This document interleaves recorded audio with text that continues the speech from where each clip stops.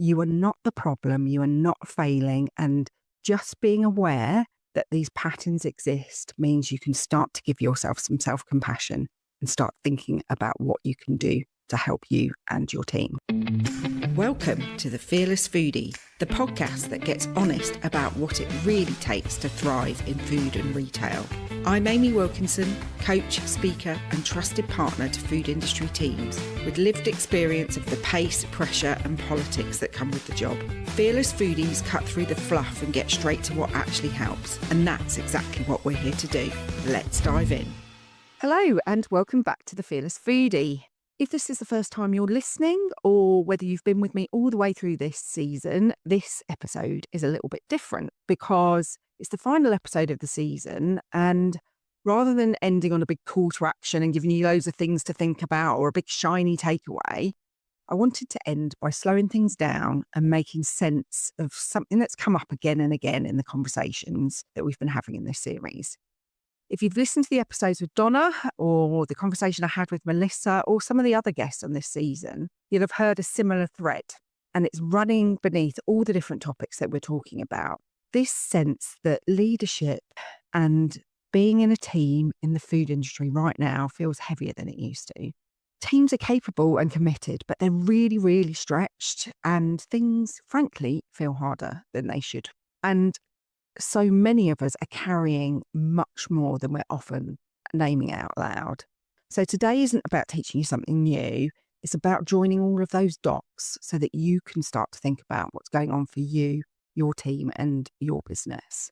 And I think the reason we kept coming back to this, in my mind, is throughout the season, we've been talking about things like confidence, courage, emotional intelligence, all the realities of leading people when you are under pressure. And what struck me listening back to all those conversations is how often the same patterns show up, even when we're talking about something completely different. With Donna, we talked a lot about what happens inside teams when it doesn't feel safe to be honest, how avoidance starts creeping in quietly, how a leader might start stepping in to stabilise things, but that actually makes things worse in the long run and has a real cost for that leader themselves. And then with Melissa, we talked about courage, not that big performative get on a stage kind of courage, but the everyday courage it takes to stay grounded, to not go into meetings with your armour on, and to lead yourself first when everything else feels like it is so demanding and falling around you. So there were different conversations, but the same underlying reality. So this episode is me standing back and saying what's actually happening inside food industry teams right now. And as you know, I have spent most of my career working in food manufacturing, in MPD, commercial, marketing, technical roles, and I was always customer facing into retail. And over the last 25 years, one of the things I have seen is that the pressure we are all operating in is getting greater and greater. The food industry is fast, it's interconnected. The whole supply chain really matters. And, one thing happens at one end of the supply chain and it affects the whole thing.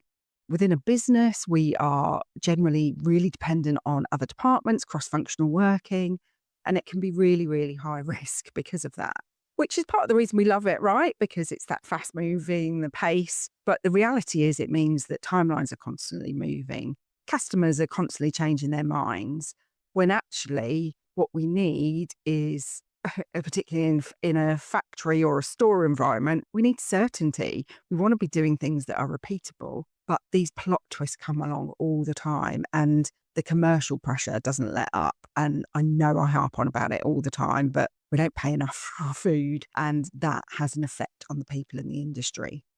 And many roles, a lot of the roles of people I speak to and have had on the podcast are in roles where you have responsibility, but you don't really have authority with that. So you're accountable to make sure things get done, but you don't always have the final say. And that really matters in what I'm talking about today, because that pressure is constant and the uncertainty is there all the time. Because the reality is we're dealing with people on a day-to-day basis, and people don't behave the same way on a day-to-day basis. Behaviours shift. Not because people are being difficult and not because they're incapable, but because they're human and we all have good days and bad days and off days. Everyone I speak to is on back-to-back calls, worrying about the next thing. And it just means that get so task focused and we don't always remember that about the humans behind all of that. So I'm going to talk about some of the patterns that I am seeing in the industry right now. And I would love to hear from you in terms of whether this resonates. So always come and DM me on LinkedIn if you listen to a podcast episode and it resonates, because it actually means a lot to me to know that people are listening, but also that I'm hitting the mark in terms of what I'm seeing and hearing. So the first pattern I'm seeing is this urgency thing. So when everything feels like it is urgent, and when urgency becomes the default behavior, we don't have any time to reflect. So that means that meetings become really transactional, like we just got to get through this. We don't look back at all. It's just, what is the next thing? Updates are constantly replacing conversation. So rather than it being a two-way dialogue, it's like, I've got to get this information across to you and I've got to get it across to you now. And people stop raising concerns, particularly those people that are more introverted, maybe quieter, but not always, because we know that the people around us are so busy and so stressed. We're like, oh, it's not the right time. So I'm just not going to speak up now, even though what I know could help this situation. Because I'm thinking about, when you're going into a feasibility meeting and everybody's like, I've got a hard stop, I've got to leave, I've got to get this, that and the other. And there might be a little niggle that you want to get out, but you think, oh, it's not the time and the place. And then it festers. And then it becomes a problem later down the critical path. It's things like that. And you might recognize this in your business and your team if things are discussed after the meeting, but not in them. So the meeting about the meeting, the corridor conversations, the feedback that arrives later after frustration is built. One of my biggest bugbears is those times when I've sat in front of a retailer, they've not said what they were actually thinking. And then I've got on the train and I've got a big email telling me all the things that were wrong in submissions. Like, so frustrating. It's those moments where people are saying that everything's fine, but their body language is saying otherwise. So there might be a little bit of RC passive aggressiveness going in there, but there might be a bit of self-protection as well. So when people are saying they're fine, but you can see they're absolutely frazzled, why are they not telling you the truth? The reality is it's not a communication failure, but here's what happens when a system, and the food industry is this system, rewards speed and results over being honest about what's going on.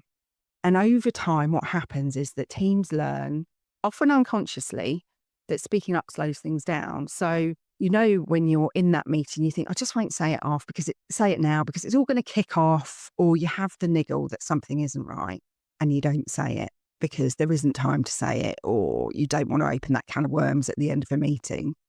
And then 6 weeks later, the thing comes back to bite you and you think, why didn't I say it sooner? And it is, a lot of the time, is because we're so busy trying to get forward momentum that we're not taking the time to take stock, to listen, to have proper conversations. The other pattern that came up indirectly in a lot of the conversations this season is the emotional impact when you have that responsibility, but you don't have that authority. So I see this a lot with MPD teams because they are expected to deliver launches, but they often don't have any control over some of the timelines, some of the decisions that are being made behind closed doors, other teams' timelines, and what else is going on in the business or in their customer. And that gap creates a frustration, but it's not often totally open in the way it shows up. Often it shows up as quiet resentment, where we're just like, I'm just going to hold my tongue, but oh my God, this is annoying me. Or we withdraw rather than challenging. So we're just like, I can't be bothered. What is the point? Like, what's the point in pushing this? And I know if you're listening, you might be feeling this acutely right now.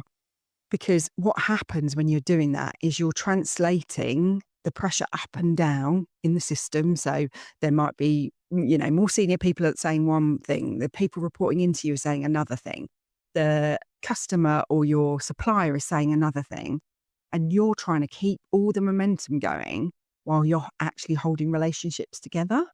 And, that takes some skill, right? And it takes emotional labor. And it means that when you get home at the end of the day, you are depleted and you're feeling like I'm so peopled out because I've been trying to hold it together emotionally for all of these people. All right, time to give a quick shout out to the people making this podcast happen. These are the brilliant sponsors backing bold, fearless conversations like this one. Let's hear from them. Ensuring food safety and quality is crucial.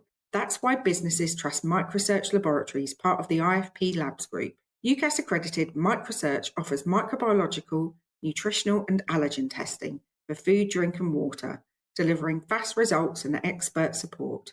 With over 30 years of experience, trusted by leading manufacturers and retailers, and a commitment to sustainability, Microsearch is your partner in product safety. Visit micro-search.co.uk to learn more.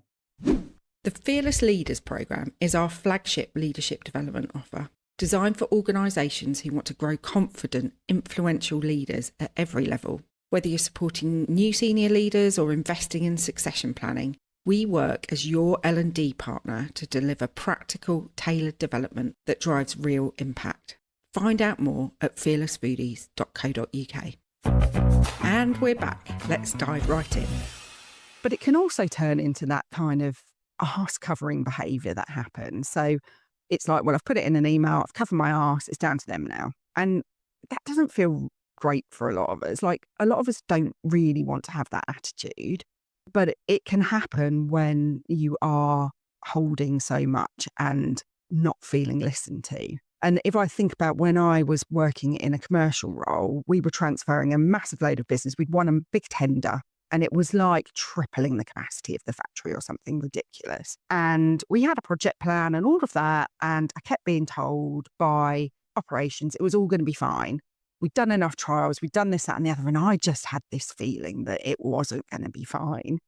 And, in hindsight, if I'd had better relationships, if I'd slowed down a bit, if I'd challenged in a positive way and had true, proper, honest conversations with those people in ops, they may have been able to hold their hands up sooner and go, yeah, I don't think this is going to work. Or, we need more time. Because the reality was on launch day, we had the customer on site. It was all like lovely. It's all going fine. And then we shorted 50% of the order after they'd gone. And it took about 10, 12 weeks for us to actually get up to, the levels that we should be supplying. And the burden of that sat with me for those 12 weeks. Yes, okay, ops were under pressure. Everybody in that business was under pressure. We'd won this business. We needed to be delivering. But I was the one that was keeping a poker face in front of the customer, giving them daily updates, telling them everything was going to be okay, whilst I knew like everyone was flapping behind me and behind closed doors. And it's a lot to hold all of that in. And the emotion is hard to hold. And it's hard when a lot of what is going on is outside of your control, but you're the one facing into it and having to have the difficult conversations. So I see a lot of that going on right now, where everybody is trying to do a good job in their bit, but because the interconnectedness isn't working in the right way and the right conversations aren't happening, we're all having to hold it together and put on this mask that isn't real. Does that one resonate with you? Let me know if it does. And then the other pattern that I've been seeing, it relates to the same thing, really. It is this taking team leaders. So whether you're leading a team of one or a massive team, or it could just be that you are a department of one. So you're the team and you're the team leader. But what happens is, particularly middle management roles, is where you become an emotional shock absorber. You're taking the pressure from above, you're softening it so that your team are okay. You're worrying about it. You absorb all the frustrations, all the disappointment, all the firefighting that is going on underneath you. And you keep going because you care, because you're capable, and because nobody's naming it. Nobody's talking about that happening.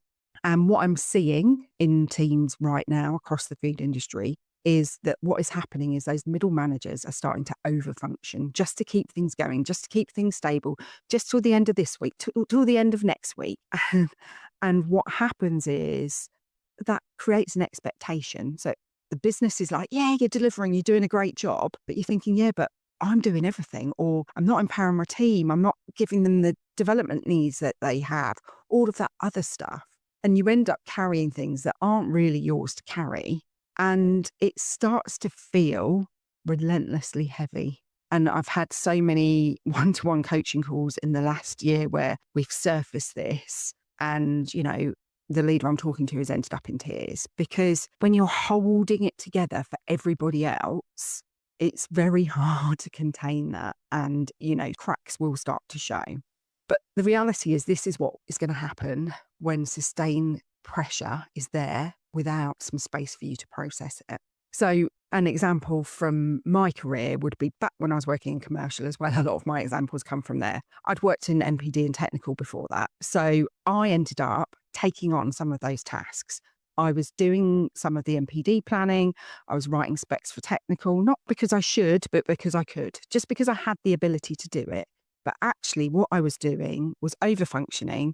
And what it did was it papered over the fact that we didn't have enough resource, that the resource that was there wasn't capable, but I wasn't brave enough to actually give that feedback or tell those people that what they were doing wasn't up to standard. I just did it myself. And ultimately that led to me burning out, being really ill. And it was a life-changing moment for me. So if you're listening to this and thinking, oh my goodness, I am in that overfunctioning space, start by giving yourself some compassion. You've done it. It's come from the right place, but actually it is not helping anymore and you need to start dropping things. So I've talked about those things. I've talked about some things that are quite uncomfortable, but I think it's important to talk about that these things I am seeing across the food industry. So if this episode feels uncomfortably familiar, I just want you to pause here, because this is the most important thing I want to say, not just today, but as we close this season of the Fearless Foodie podcast. Nothing I've described today means you're failing, that your team is completely broken, or you need to become a different person or a different kind of leader or a different kind of teammate. These are predictable dynamics that happen when you are under pressure, and you are probably under a lot of pressure right now.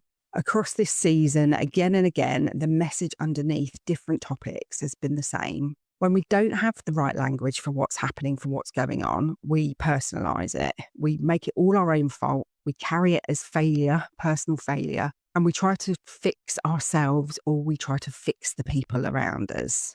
But sometimes the bravest thing that you can do for yourself is understanding that and start to give yourself some self-compassion. You are working in a fast-paced industry. It is hard. It is rewarding as well. Don't get me wrong, but you are not the problem. You are not failing. And just being aware that these patterns exist means you can start to give yourself some self-compassion and start thinking about what you can do to help you and your team.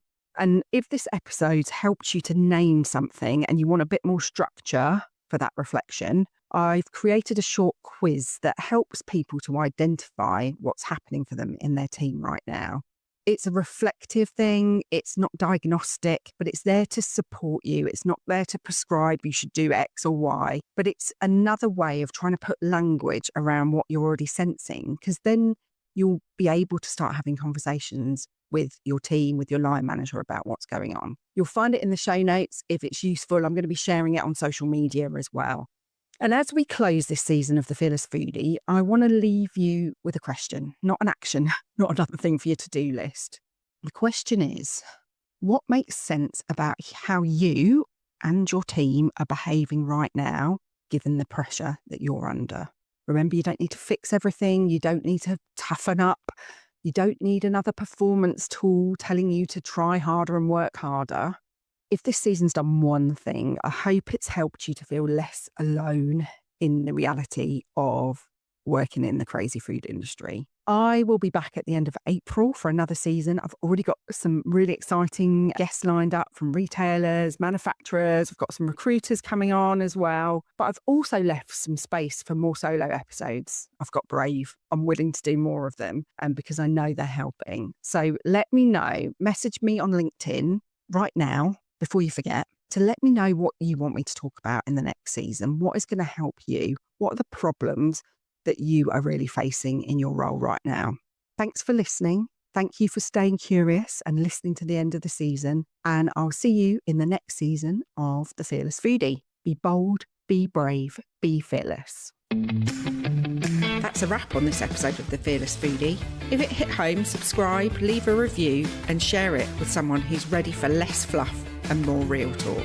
And if you're ready to build a bolder, braver, more brilliant team, come find me at fearlessfoodies.co.uk. Until next time, be bold, be brave, be fearless.